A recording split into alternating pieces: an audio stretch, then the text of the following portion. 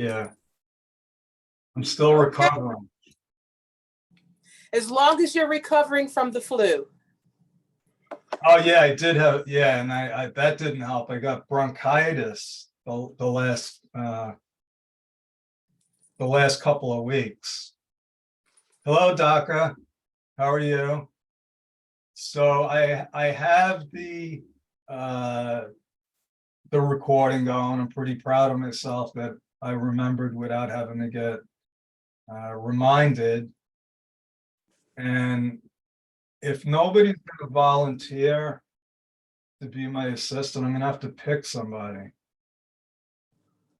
Because I definitely need all the help I can get. You know that, right, Carrie? I do. Okay. You see now I've lost my presentation. I had everything ready. And I get easily distracted. Which You is, don't say. oh yeah. Yeah, I like to be transparent because when people get flustered, I'm doing this a long time. And I still need help. And that'll never change. That'll never change, thank God. You don't understand how much of a blessing that is for someone like me as well. Well, that's why I share it. That's why I share it. When people go into a business, and that's what we're going to talk about, my favorite subject. I've been talking about business since I was 10 years old, and I started the casino in my driveway. It was extremely successful, but short-lived. My parents didn't like me making money that way at 10 years old. But that was my first taste of being an entrepreneur. And I remember asking my mother, like it was yesterday, I said, why do people get jobs? Because, I saw people going to work every day, coming home, and I'm like, why don't they all just start a casino in their driveway? And I thought it was easy, and then I did a series of businesses all through. I was always doing a business, starting a landscaping business, shoveling snow, but I always found ways to make money. And I thought it was simple, especially right before I graduated. I drove an ice cream truck. It wasn't the first time, but this time I said, I'm going to run this like a business because I was going to be a CPA. I had one more semester and I was going to use it as like real life experience. And what that meant was I leased a ice cream truck from a legitimate company.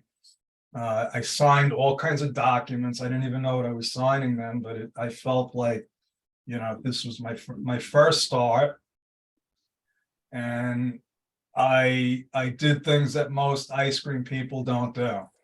I mean, I actually ran it like a business. I mapped out my route. I bought a journal. I actually kept records, the weather, and I kept my cash receipts, my cash disbursements, just like I thought you're supposed to.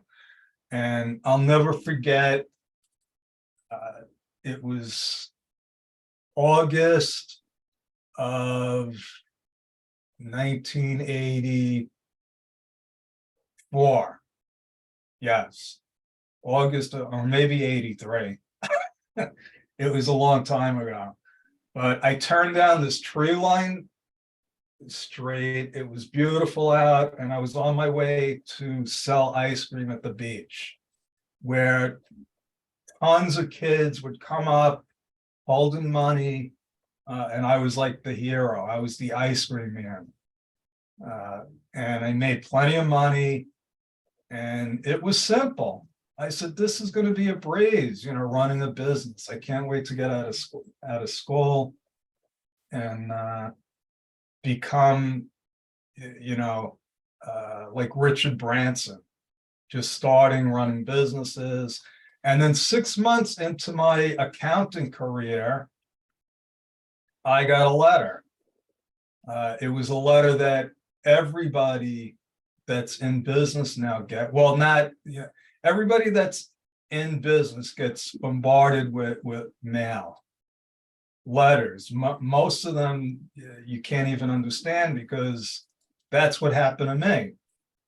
I got a letter from New York State Sales Tax Department, which is only one of the government entities that have a vested interest in what businesses do. Okay, they want to know what you're doing, what you're selling. Are you supposed to collect sales tax? And it had a big red stamp on it that said tax warrant. That didn't sound good. I knew it was a problem, but I honestly didn't know what I had done. You know, it was a cash business. I said, maybe I'm, you know, maybe they're trying to get me for tax fraud. I don't know, but as a, you know, a future CPA, this wasn't good. And you would think that I would ask one of the accountants, because I'm working in an accounting firm. But I thought, you know, well, I was embarrassed. I was embarrassed because I didn't know what it meant. I thought I had to get a tax attorney. It was a nightmare.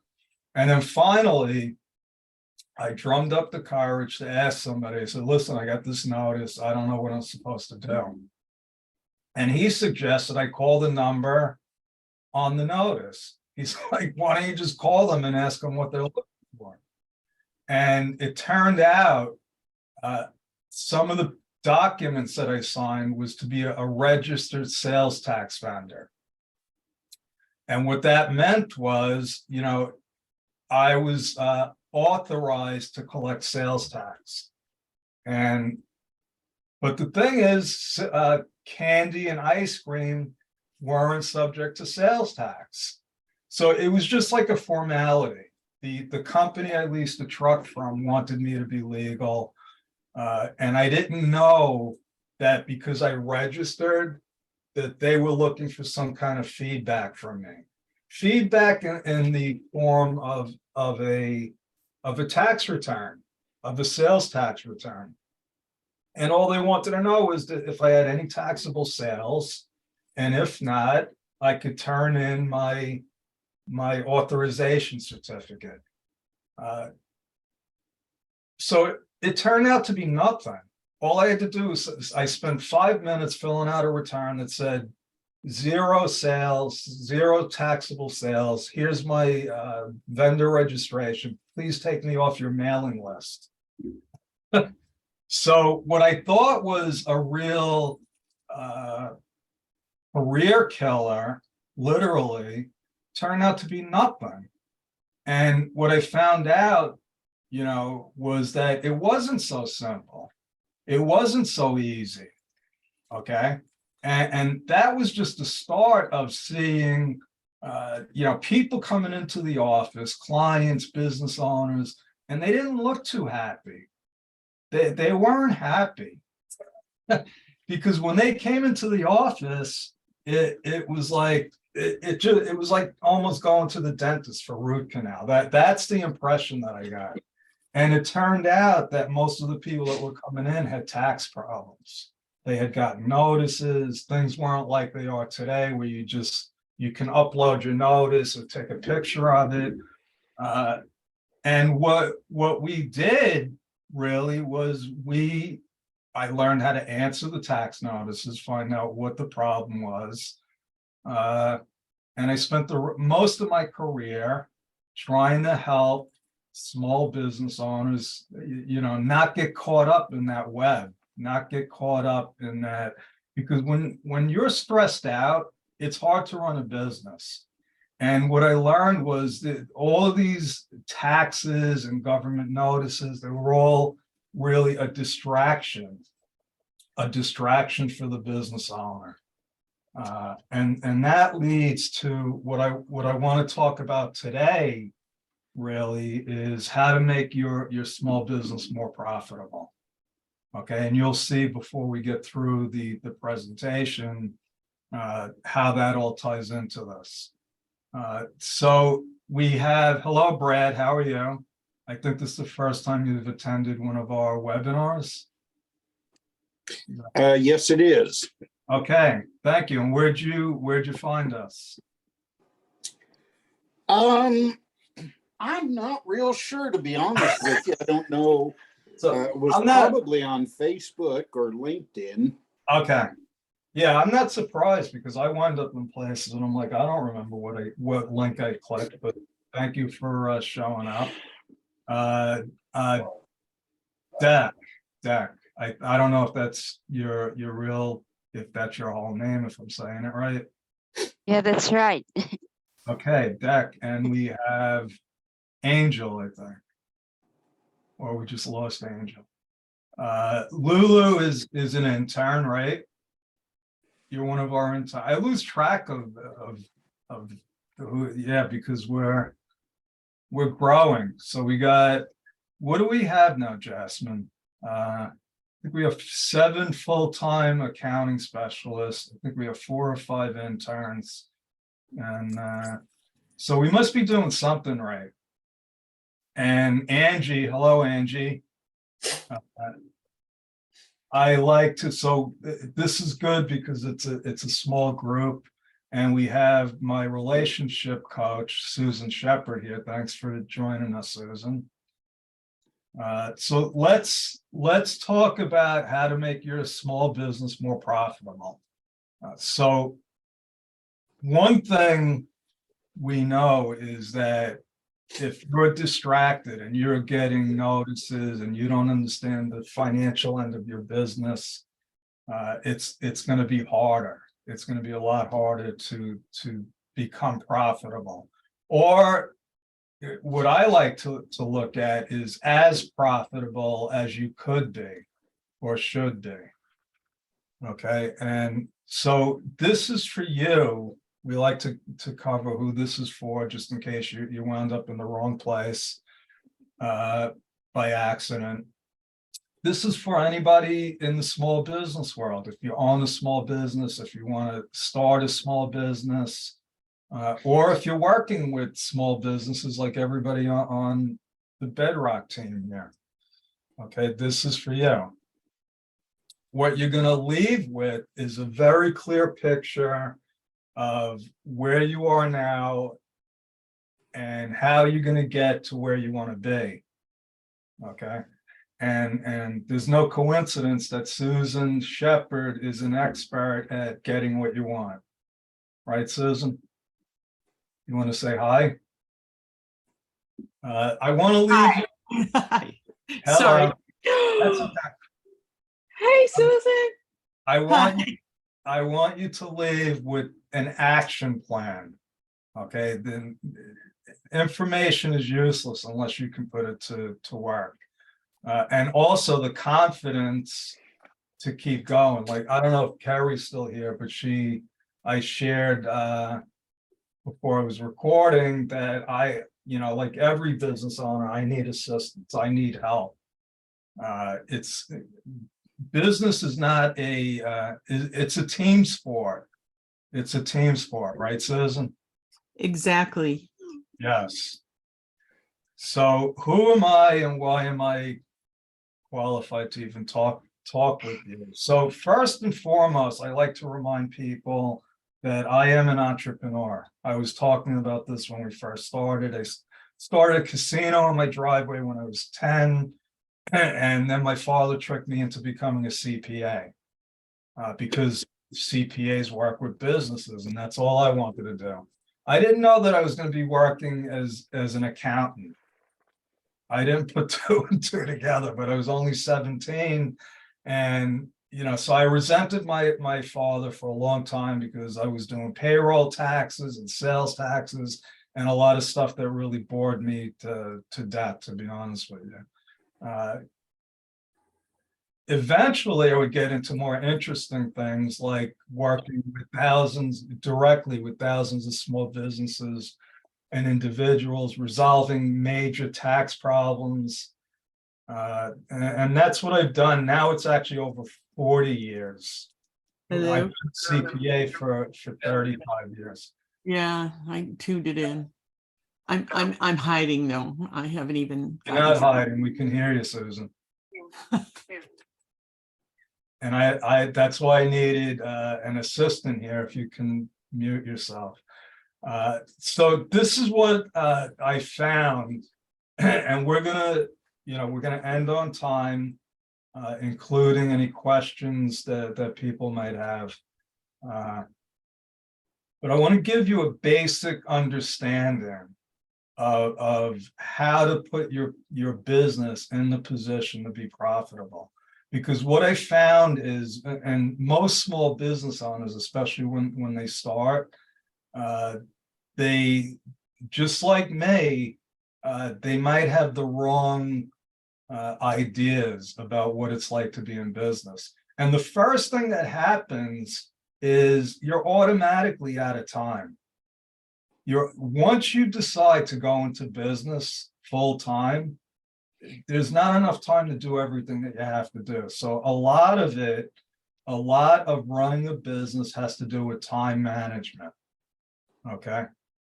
I want to go through some of the different ways you can increase your profit margin, increase your sales, and your bottom line. Again, I think most businesses, most entrepreneurs go into business and they're only looking at how can I sell more services.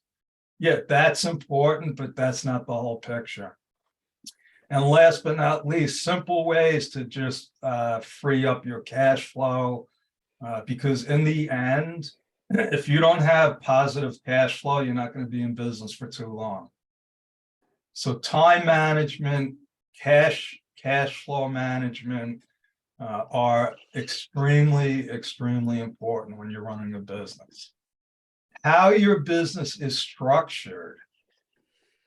Okay, there's over 30 million businesses in the United States, and 26 million are still doing business as a sole proprietor. Even if they're an LLC, what people don't realize is if you register as an LLC, for tax purposes, you default to being taxed as a sole proprietor. And I'm going to show you why that's that is not one of, it is the worst way for anybody to do business. I don't care, even if it's a side gig. And I'll show you, because the IRS actually discriminates against sole proprietors and established corporate business owners. You need, and this is something I learned from my friend John Limbacher, your most profitable products and services, not just your most profitable, but your best clients. Okay. Now, Luz knows this because when she joined Bedrock, we would get clients and we went through a lot of clients in the beginning because they weren't the right clients, not for us. It wasn't that, it wasn't anything personal. It's just that we have an avatar. And when we bring on a client that doesn't fit with our business model, it just doesn't work very well. Ways to increase the value of your business. Another mistake people make is, nobody's going to work forever. That's for sure. And it's not even that you have to sell your business, but what you want to do is you want to make it valuable. And there's ways to do that. I have a client right now that they're getting closer to retirement. She's thinking about selling the business, and it's just not it really doesn't have any value. Okay. And there's a reason for that. I'm going to show you how to not, I'm trying to help put herself in a different position, but it takes time. It takes time. And Susan can talk to us about that also. Save money by hiring a good accountant. Now, I might be jaded as far as this, but it's not just me saying this. You talk to anybody that's very successful, and they usually have a pretty good accountant. And last but not least, you definitely need to have a marketing plan, some kind of focus on what you're actually selling.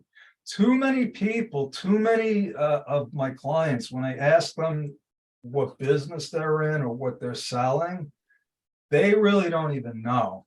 They don't even know. For instance, what I learned about the tax business is people didn't care about my tax knowledge. They didn't care about if I knew what the threshold was for, deducting an IRA. That went in one ear and out the other. The reason why they hired me was because I had a simple way of explaining what was going on with their taxes. I put them at ease. They felt like if something happened, if they got a letter from the IRS, that I had their back. So really, my business is always customer service. I might, prepare tax returns and provide CFO services, but that's not my business, because we could potentially not do those services and still be able to keep our clients. We would just serve them in a different way. Okay, I hope that makes sense to everybody.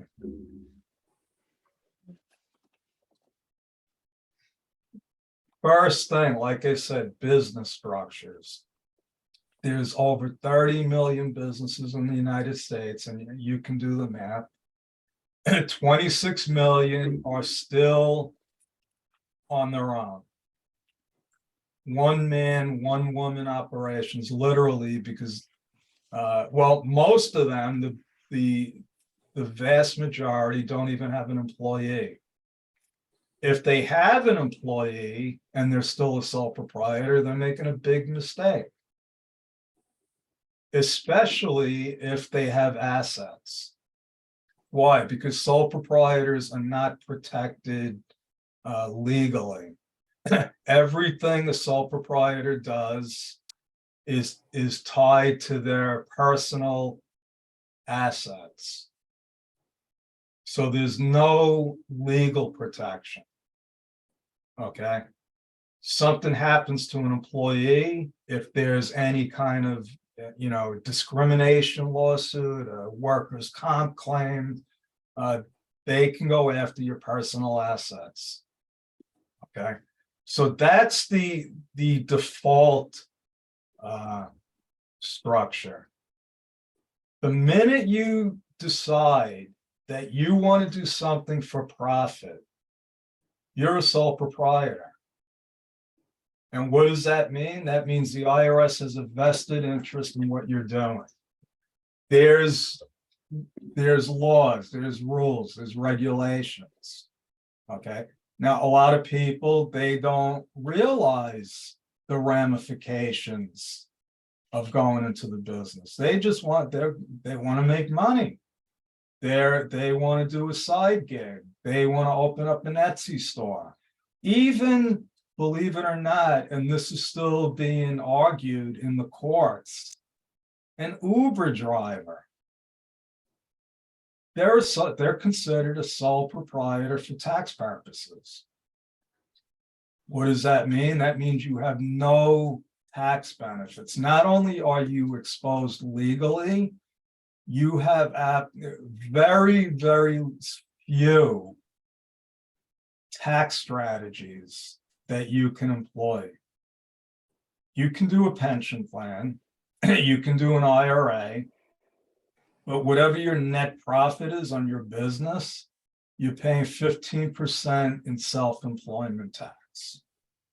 I just went through this with a client yesterday. Self-employment tax is not the same as income tax. Self-employment tax is actually Social Security tax. That's what it is. They just give it a different name. When you're an employee, you pay half. You pay 7.5%, and your employer pays 7.5%. Now, you don't feel that because it's taken out of your check every week or every month.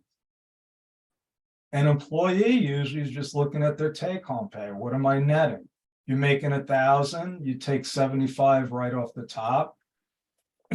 and you're left with 925, and then they're going to take out income taxes. All based on estimates, based on what your annual salary projects out.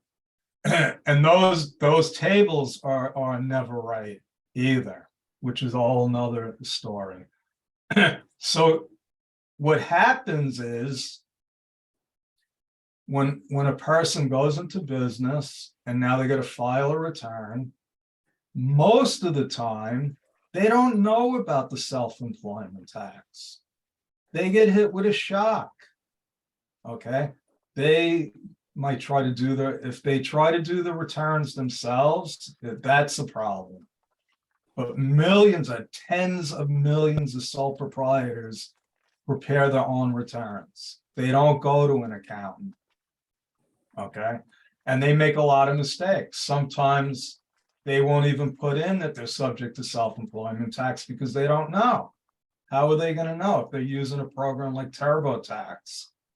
And then what happens is they file their return and then they get a big bill in the mail. That's the sticker shock that we try to help people avoid. Okay, so until you start filing returns, and then a lot of times accountants won't even explain this to their clients. They'll just say this is what you owe. They don't explain to them the drawbacks of being a sole proprietor. So some of them learn the hard way. If the bulk of these people are on their own, they don't have a professional, they'll do some research, and the internet research will lead them to what? To forming an LLC. Okay. This started about 20 years ago with businesses becoming LLCs. It is misused. Okay. All an LLC covers is the legal protection that you don't get as a sole proprietor. So if you have an LLC, you have a legal shield. You have an umbrella against creditors. Okay, if your business, if your LLC owes somebody money, even in a civil suit, you're not personally liable, as long as there's no fraud or criminality involved. In 40 years in business, I'm sure we've had clients that were sued, but I can't even remember one. So, the people that are becoming LLCs thinking that they're protecting their business, they're really not. They're really not. I mean, it's better than not being an LLC, but there's absolutely no tax benefits. Why? Because the IRS says, okay, LLCs they were created at the state level. The states, dictate, who can be an LLC, how they can be an LLC, and how that plays out in real life. But the IRS said, we're not making a whole nother tax category for you. You can be an LLC for legal purposes, but for tax purposes, you're what they call a disregarded entity. Okay. Disregarded entity. What does that mean? It means if you're a single owner of an LLC, you're taxed as a sole proprietor. You're taxed as a sole proprietor. Now we go back to, well, what's so bad about being taxed as a sole proprietor? First of all, you file your business return with your personal return. Okay. The IRS targets sole proprietors and to audit them. They won't tell you that. They won't tell you that, but I could tell you after decades of handling tax audits, most of them are sole proprietors. I've had 3 corporation audits 2 of them was because the prior accountant did cockamamie jobs. They were just wrong. Okay, the other one got audited because we filed an amended return and got him a big refund. But other than that, corporations don't really get audited. And there's a good reason for that. They're corporations because usually they have professional advice. They have an accountant, or they went to a lawyer or an enrolled agent, and they became an entity. And the IRS found out, hey, when we audit people that actually have professional advice, they usually have accounting. They usually have good accounting done. And that's where I say you gotta have a good accountant, because not every accountant is going to teach them what kind of records they have to keep. They don't teach them some of the stuff that we're going to go through today. So what's left? Sole proprietorship isn't good. LLC isn't good. LLCs are good for the right circumstances. Usually with real estate or any other kind of passive activity. Okay. LLCs are a good way if you want to enter into joint ventures and partnerships. Okay, because you have a lot of latitude on how you can split profits. But for an operating entity, for a single owner, active trade or business, LLC is absolutely not the way you want to go. Okay, most of our new clients that come to us, if they're still a sole proprietor, we incorporate them. If they're an LLC, we change them into being taxed as a corporation. So you could see, if you go into business, you don't want to be a sole proprietor or an LLC. You want to be a corporation. Why? Because you get the limited liability that you get as an LLC. You have that legal shield, and you get a lot of tax benefits that you're stealth for a lot of things. In other words, you're under the radar with things like home office deductions. When you're a sole proprietor, there's a special form for home office deductions. And that special form is a big red flag. You don't have that form in a corporation, and you could still get the same exact deduction legally. All you got to do is document it. Okay. There's a whole bunch of other tax stress things that you can't do when you're a sole proprietor. And I'll leave it at that without getting into details. The problem with being a corporation, if the corporation is profitable, the corporation has to pay a tax. And then for the person, the owner, to get money out, there's only 2 ways to get it out. Either take a salary, which costs money, or take a dividend. If you take a dividend, it amounts to what they call double taxation. So the corporation pays a tax and the owner pays a tax. The solution to that is to become an S corporation. Why? S corporation is what they call a flow-through entity. The corporation pays no tax. Only the owners, only the shareholders pay tax on their personal return. So you have your entity, which is separate from the owner, and then you have the owners. Okay, not everybody can be an S corp. Okay, if you're a foreigner and you want to own a corporation in the United States, you can't be an S corp.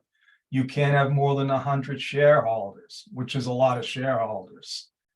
Okay, and just remember, what I'm only applying this to single owner entities. If there's more than one owner, it gets a lot more complicated. It could get a lot more complicated. And that's where you want to have a lawyer, and you want to have, that's where you might want to do an LLC, but that's a whole nother story. So what I focus on this workshop is really those single owner The people that are still sole proprietors and LLCs. Starbucks break. Okay. So first of all, I want to take a break. Does anybody have any questions? Any questions? Nobody has any questions. Okay, I do. I'm sorry, Joe. This is Carrie. I have a question. go ahead, Karen. Okay, so can you explain the dividend portion to me again, maybe a little bit differently?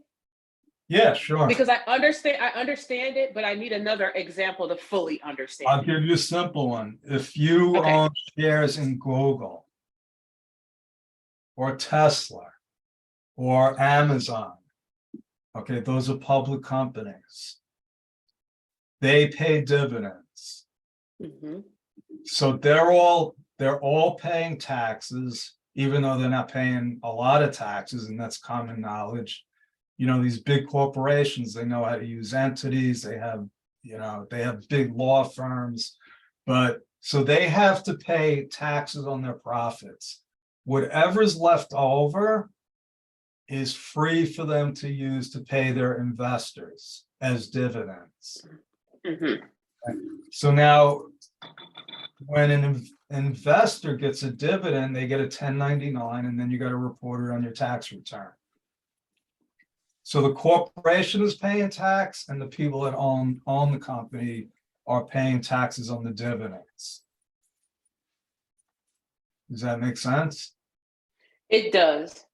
Yes. Now, you don't have to Go be, ahead. you don't have to be a public company to pay dividends. Okay. You could be a private company. It really has to do with your options on how you pay yourself.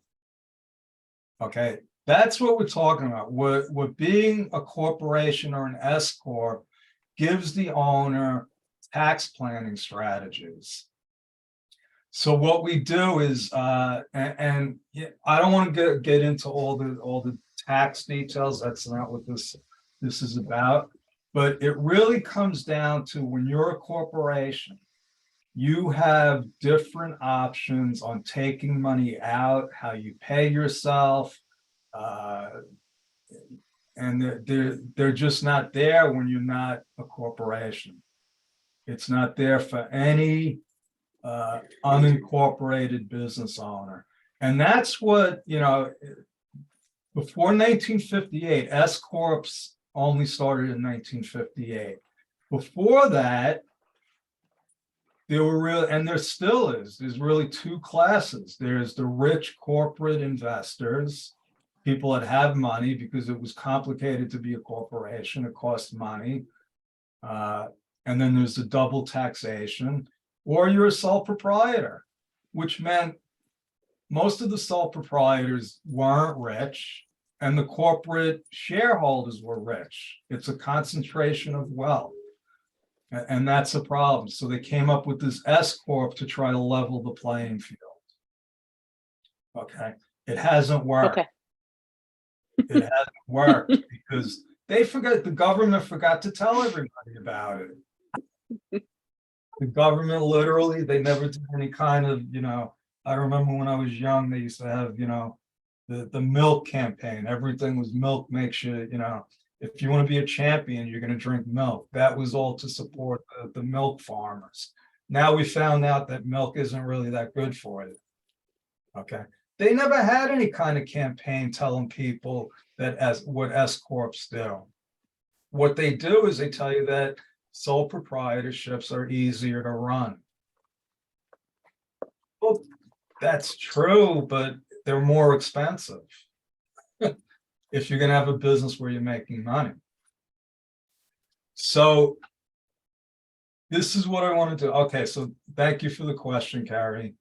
What I decided was to try to get people's attention, and I don't think anybody wait, Mariko complained about the Starbucks gift card this morning. Was it Mariko or Eileen? Somebody said, No, oh, I think it's Grace. Joe. Oh, Grace. Grace. That's Yeah, so nice. Grace was complaining she drank Starbucks and couldn't sleep, so she got some kind of other thing.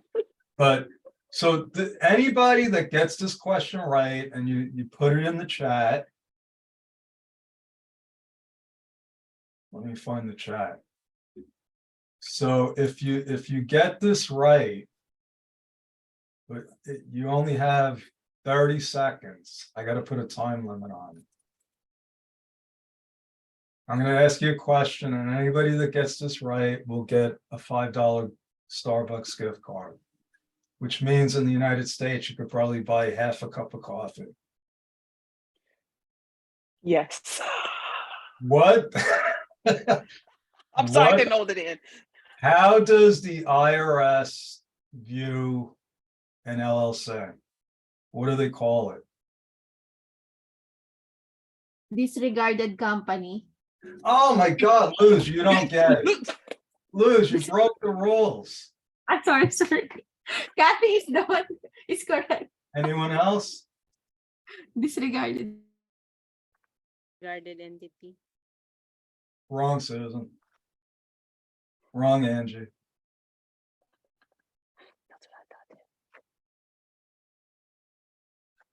Now, Luz, you've already been disqualified. All right, so I'll give the card to Susan because she's not an accountant. She called it a disregarded company. I guess it is, but they consider it a disregarded entity. Yes, Susan, thank you. So, Luz, can you keep track of the Starbucks winners? Okay, Joe. Okay. So Catherine and Susan get the Starbucks cards. All right. On with the presentation. Time management. Okay. This is something that most sole proprietors, when they go into business, they don't even consider this. How do I know this? Because when I had a QuickBooks practice. I was going around getting a lot of QuickBooks people, and most of them were doing QuickBooks themselves because QuickBooks said you could save time and money by doing your own bookkeeping. Big lie. That market technique ruined tens of millions of businesses. Because the last thing a business owner should be doing is their own bookkeeping. So when I would ask them before I would go into to meet with them, I would say, who's doing, how much are you paying to do your bookkeeping? And it was always nothing. It was zero. Okay. Why? Because they were doing it, their wife was doing it. Okay. They put no value on their time, none at all. Okay, so, and that's the wrong mindset. So you have to get a hold of your time. And that doesn't mean working 90 hours a week. That's another mistake that business owners make. You can't be productive. I mean, some people, I guess, can be, but even God rested on the seventh day. Right? Thank you. Yes, thank you for that, Joe, because just being a business owner, it's difficult sometimes because for myself, I feel like I'm not doing enough, and You can never do everything that you want to be doing, that you can be doing. And that is the problem. Okay. You get overwhelmed. Once somebody, a new entrepreneur goes into business, they go into business, they're like, oh, I want to leave my corporate job. I want to be free. And then you start a business and they got less time than they ever had in their lives. I just ordered a book. My friend Larry, he has his like top 101 books to read. And one of them, what the heck was it? I forgot the name of it now. But basically, it was talking about only focus on the essential things that you have to do. When we started, I was talking about all the distractions.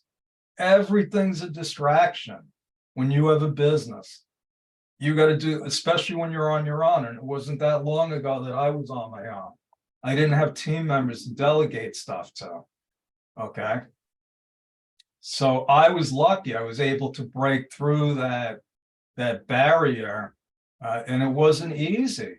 It wasn't easy because just like every other entrepreneur, I made all the same mistakes trying to do everything myself, and it's impossible. You can't do everything well. You can't do everything well. What changed for me when I read a book called The Science of Getting Rich, okay, and it changed my whole mindset on business. I was, for instance, I was in the competitive mode. I said, oh, I got to beat everybody's price. I got to do this better than everyone. No, I had to focus on myself. That was a huge change. I had to focus on what I could do best. I was spending, like most entrepreneurs, I'm looking at what everyone else is doing. I spied on H&R Block. I wanted to know how much were they charging. So then and then they were charging twice as much as me. And then when I read The Science of Getting Rich, told me, you know what? It's not a matter of how much you charge. It's a matter of what kind of service do you provide. Okay. It's a matter of what kind of service you can provide. And then focusing my efforts on doing that the best that I could. Okay. And then the marketing took care of itself.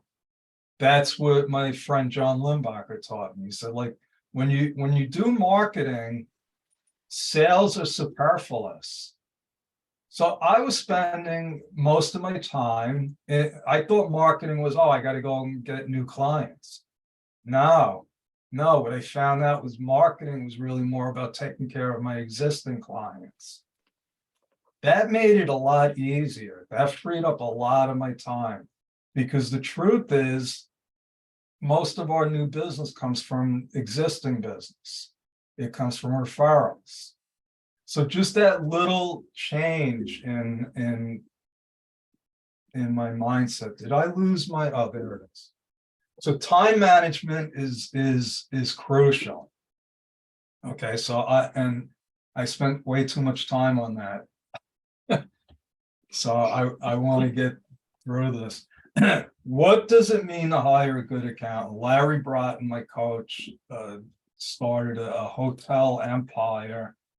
Okay, and public, keynote speaker, goes around coaching people, coaching businesses, organizations. And one thing he always said was, if you can't afford an accountant, you shouldn't go into business. Okay. And the idea of affording an accountant, again, is a mindset. What small business owners think is they'll hire an accountant when they start making money. And the truth is, most of them never start making money. And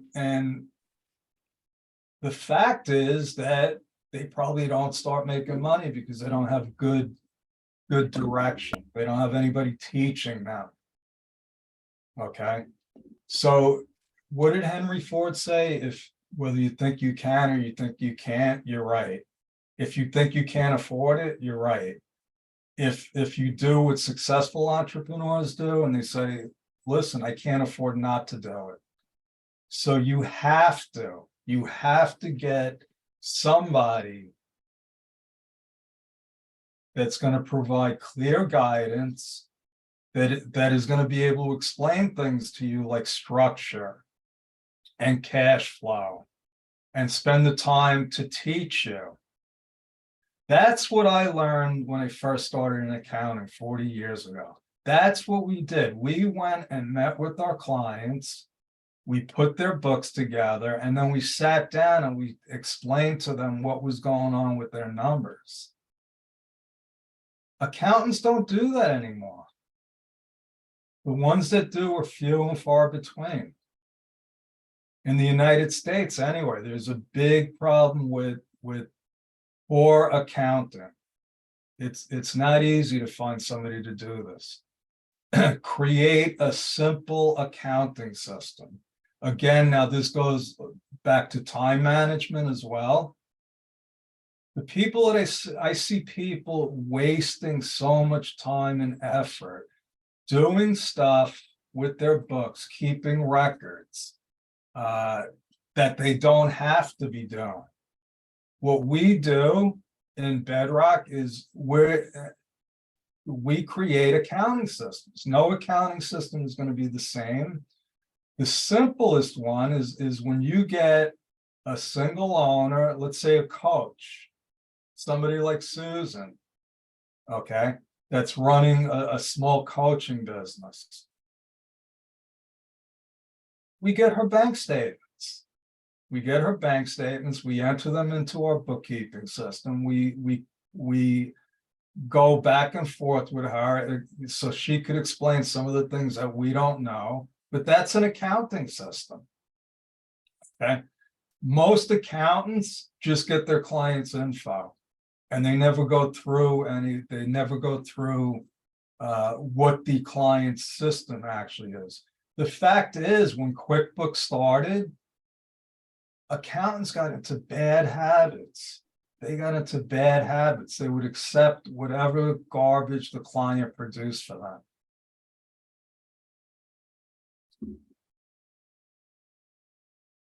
A good accountant is going to give you suggestions on tax write-offs. That goes without saying. Most people, but the problem is that entrepreneurs think that that's the only thing accountants should do. What can I write off? Well, if you know me, I know my team members, it's easier to tell you what you can't write off. Okay, anything that's remotely connected to your business is going to be a write-off. Why? Because when it comes down to it, it's your word against the IRS's word. They will say, how do I know this was for business? And you'll say, because I said it is. And I'll show you the rule that gets them every time with that. What I'm talking about, creative tax write-offs, are things like the benefits of putting your children on the books when it's appropriate. Okay, different types of non-taxable fringe benefits that you could give employees that don't cost you anything and it saves them money. Like a health savings account. Okay, things like that. Your accountant should explain your numbers to you. Okay, what we ask our clients to do is to meet with us at least one time a quarter. Okay, business is a moving target. The number, your finances change with every single transaction. Okay, and it's not enough to look at your numbers, to know, do I have to pay taxes? You got to know what are the numbers telling you. What I've learned, thanks to Larry and Susan, are these things, KPIs. I thought that this only applied to big businesses. You know, the turnover rate, how long does it take you to do a tax return? All of these key performance indicators. I don't care how small you are. When I was driving my ice cream truck, I was keeping KPIs, believe it or not. I didn't know it. The amount of ice cream I sold was directly proportionate to the weather. Okay. You know, like a normal person would know that. I had to see it in my numbers. I said, every time it's raining, for some reason, my sales go down. Okay, but those sort of little things, it's all going to help you. It's information. It's valuable information that most businesses, they just overlook. Okay, most business owners, and Susan will appreciate this. They work in their business. The thing that turned it around for me was when I started working on my business. Okay. I already said about reviewing your numbers at least quarterly. This is what always got to me. Clients never knew what questions to ask me. They would ask me things like, how long do I have to keep my records? Well, now keep them forever. Everything's digital pretty much. That shouldn't even be a question anymore. The question should be, how do I keep my records? What kind of system should I use? Okay, I could find anybody's tax return that I've done over the last 10 years in about less than a minute. Why? Because I have a naming convention. I have a way to go into Google, my Google folders, and any client, I could just type in a couple of keystrokes and I'll find them. Managing cash flow, tax strategies they're going to ask me about. Nobody's ever asked me about how do I set up my accounting system. They want to know how do I set up QuickBooks, but QuickBooks isn't an accounting system. QuickBooks is a software program. So ask questions. Okay, ask questions. Tap into their knowledge and experience. Okay. Second break. Any questions? Nobody's got any questions. What did I just go through? I just told everybody you got to ask your accountant questions. Oh my God, America. When are you going You want to know my question? My question is, when are we going to book our one-on-one chat so I can ask you more specified questions about what I need to do? I'll tell you in the last slide. Okay. I'll tell you in the last slide. I'll tell you when we're going to book our appointment. All right.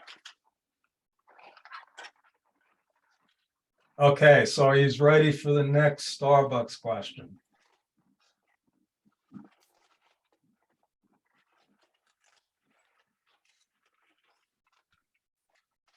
What's a good question to ask your accountant?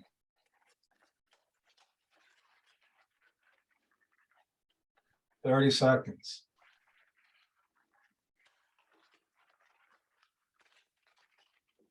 Oh my God, this is sad, people. It was the last slide we did.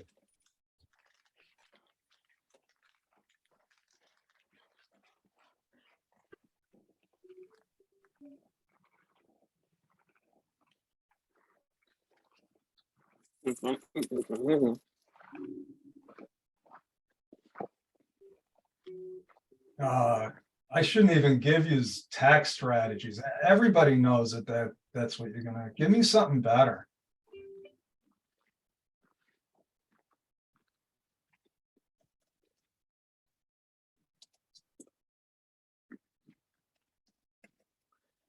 All right, Ronna. Pretty open-ended question, but that opens up the door. All right. Sorry, Eileen and Lulu, but that just didn't cut the mustard. I'm gonna give it Rona gets the $5 Starbucks card. But don't worry, you'll all have more chances.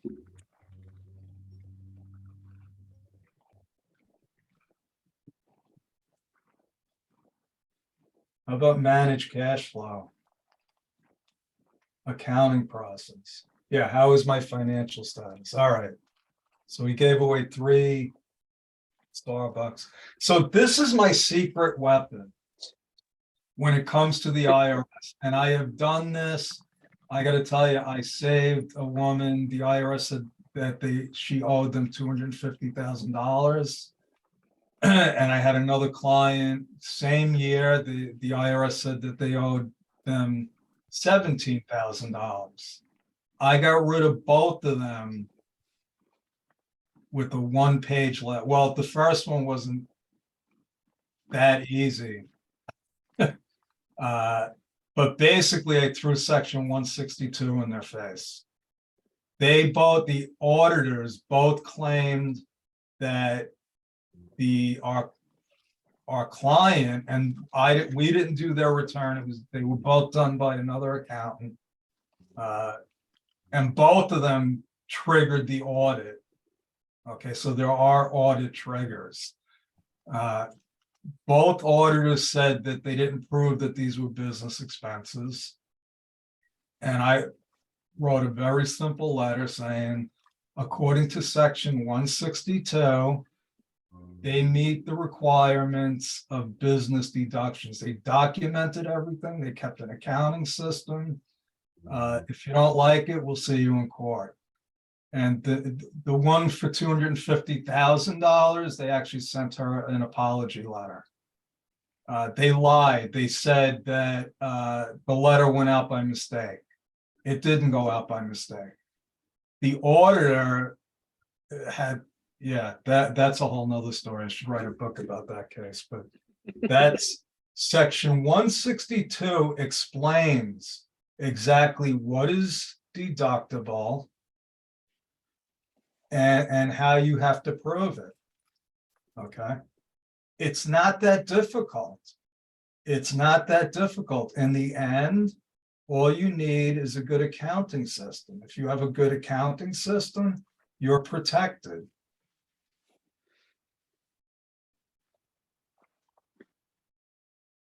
Your most profitable products. I'm going to tell you the exercise that John Limbacher had me do that again changed my focus. It's actually why we do what we do at Bedrock. He gave the example of an HVAC company. Heating and air conditioning. It's a big business. Okay, they put big $100,000 systems and it might be $1 million piece of equipment. Okay, it's a big number. Okay, and then they do repairs. They do repairs and maintenance on the system. So a lot of people say, oh, I want to sell the big ticket items. And that's how I'm going to make money. I'm going to sell big equipment to big companies, and that's how I'm going to make my money. Well, the truth is, there's more profit in the repairs and maintenance. Okay. There's more profit in the repairs and maintenance. So you could take two HVAC companies. One just sells equipment. The other one does repairs and maintenance. The ones that do the repairs and maintenance will be more profitable. Okay. I looked at that concept at my own business. Okay. Yeah, hi, Afrin. I know you want to be my social media marketer. I appreciate that. I think you messaged me on Facebook too. I looked at my business, and my practice 5 years ago was totally different than what we have today.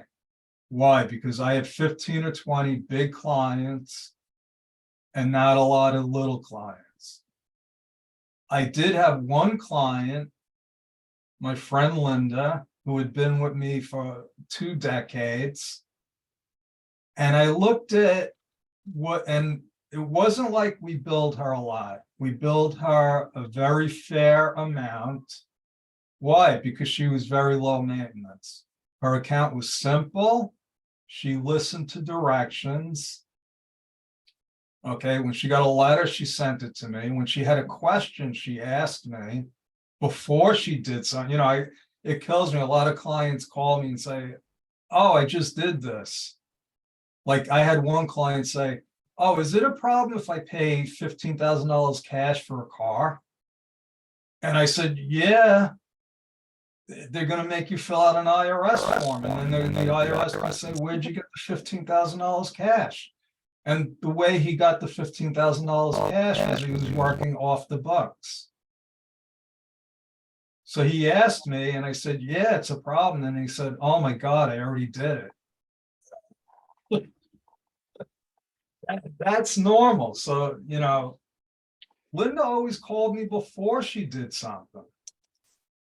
And then I looked at that, I said, oh my God, I can't grow my business with people with these big clients. Because why? I had to do all the work. There was not a lot I could delegate. They were all high maintenance because they all paid, you know, $500 a month and above. And I said, this isn't gonna work. I want to have 1,000 clients like Linda. So she became the liqueur client.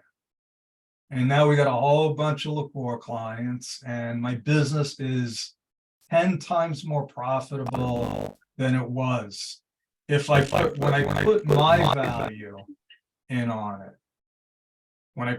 if I put a dollar figure on the amount of time that I spent, I was at a ceiling.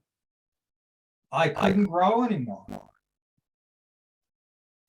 Now, like I said, we have 7 full-time accountants. We have 4 or 5 interns. We have a business. I went from owning a job to owning a business. All because of that HVAC example.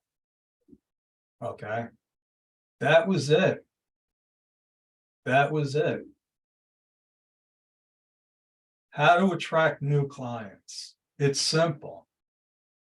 You do the best that you can for your existing clients. Okay.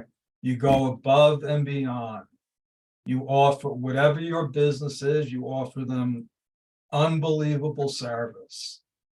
Okay. And how does that get you new clients? Because when people are treated well, they like to tell other people. They like to tell their friends. They like to brag. Okay. Somebody in our business, somebody will tell their friend, oh, I just came back from the accountant and the guy's an idiot. Every year I got to pay. And then Kerry will say, oh, I have a guy for you. Right? Right, Kerry? You're going to do that for us. But most of our business comes from word of mouth. And not only directly from our own clients, because this is something that really took me back. People that we don't even work directly with were sending us clients. Because they were like 2 people removed. They were like, oh, my friend said he used you. Or people meet us in workshops like this. And they don't hire us, but they'll tell other people about us. So that's what Larry was talking about with the circle of influence. People say your net worth is your network. So you want to treat your people right. You see, that was the mistake I was made. I always got new clients. Always got new clients. I would get rid of one client, take a new client. Client would go out of business, get a new client. It just it floored me. I'm like, how come I keep getting new clients, but I'm not growing? I'm not growing.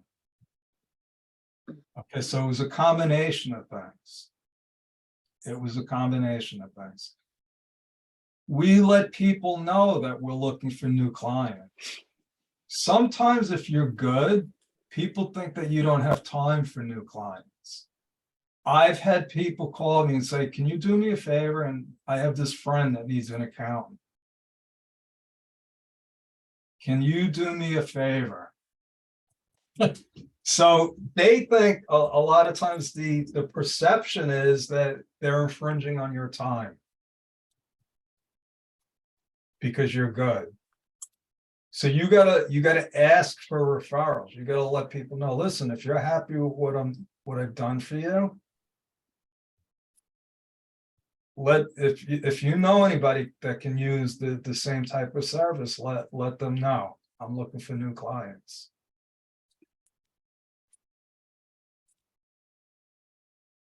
Increase the value of your business. Now, this is something that Susan is helping me with, Larry is helping me with. For the simple fact that we are creating procedure manuals. What is a procedure manual? It outlines everything that you do, how you get clients, how you onboard them, how you handle them. You know, how do you handle a client that doesn't pay? How do you handle a client that doesn't respond? We're documenting everything. It's the McDonald's concept, the franchise concept.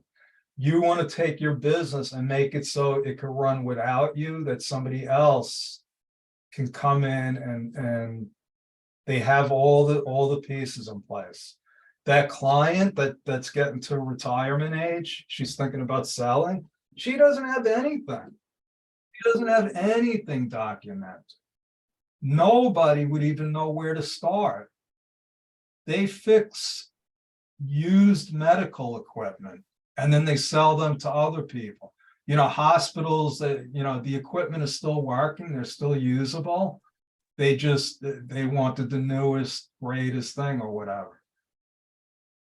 Now, you could get somebody that knows how to fix this stuff, but they're not going to know how to sell it. Her business isn't worth anything. It's not really worth, she might be able to sell it, but the people that take it over will be out of business within a year or so.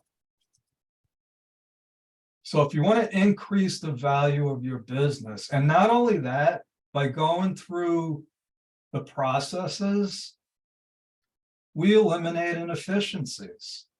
We automatically become more efficient, more profitable, and that makes it more attractive. Okay, 5 years ago, I don't know if I could have sold my business. If I could have, I would have had to stay on for a long time. Okay, because I was the business. I was the business. The way McDonald's became McDonald's was they documented all the processes.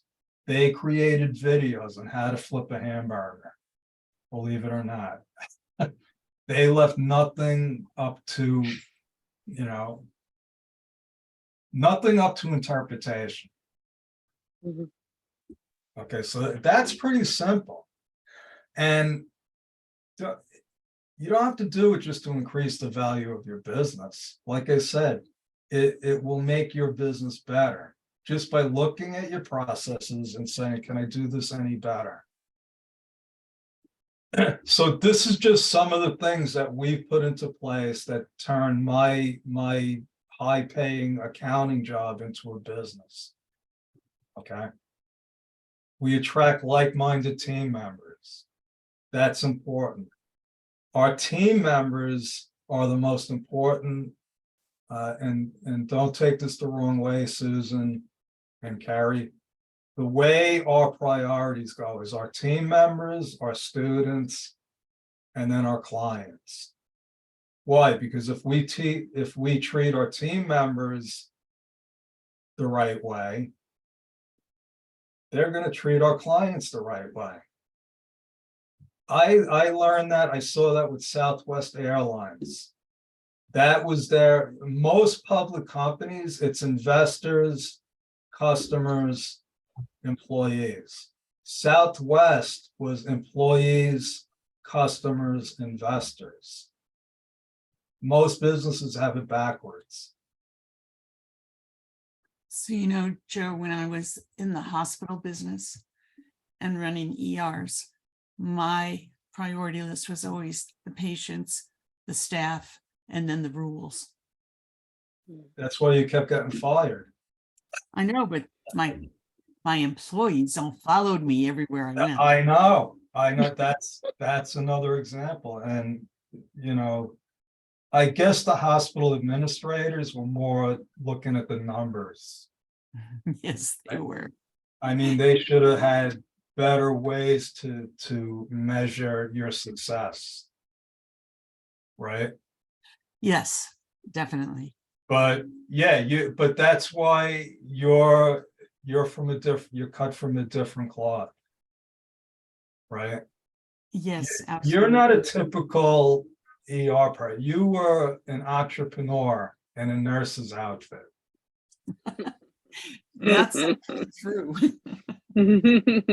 So just a couple other things that totally turned my business around. This is something that Larry introduced me to, which is our core values. So when in doubt, we always go back to this. We have strategies on how to get to where we want to go. Okay. Oh, and so that's the end of the presentation. And so what I'm asking you to do now is, if you like what you heard, if you got anything from it, subscribe to our YouTube channel. Subscribe. I'm pretty sure all our workshops are on there. We got a lot of stuff on Facebook Lives that we do, current events on, there's a lot of stuff going on with the IRS now. They're in a major overhaul. It's going to be interesting over the next 10 years because I actually have their business plan. And Susan, we should go over it because I think it's flawed. Okay. Yeah, I said, oh, this will be interesting 5 or 10 years from now to see if they meet any of these objectives. So there's a lot of stuff going on with that, and I talk about that on our YouTube channel. And Carrie, this is the answer. What? Just make the appointment with me. I'm doing it real time right now. Time with Joe. It's pretty easy.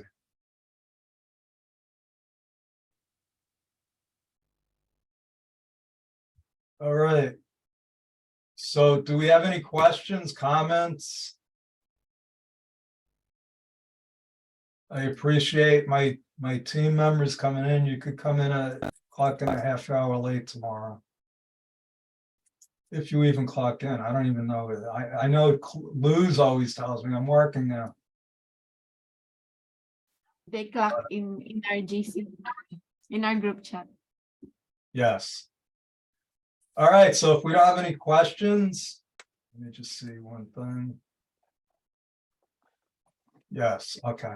So I want to thank you all for attending. Afrin, if you want to meet with me, I'd be happy to talk to you about the marketing.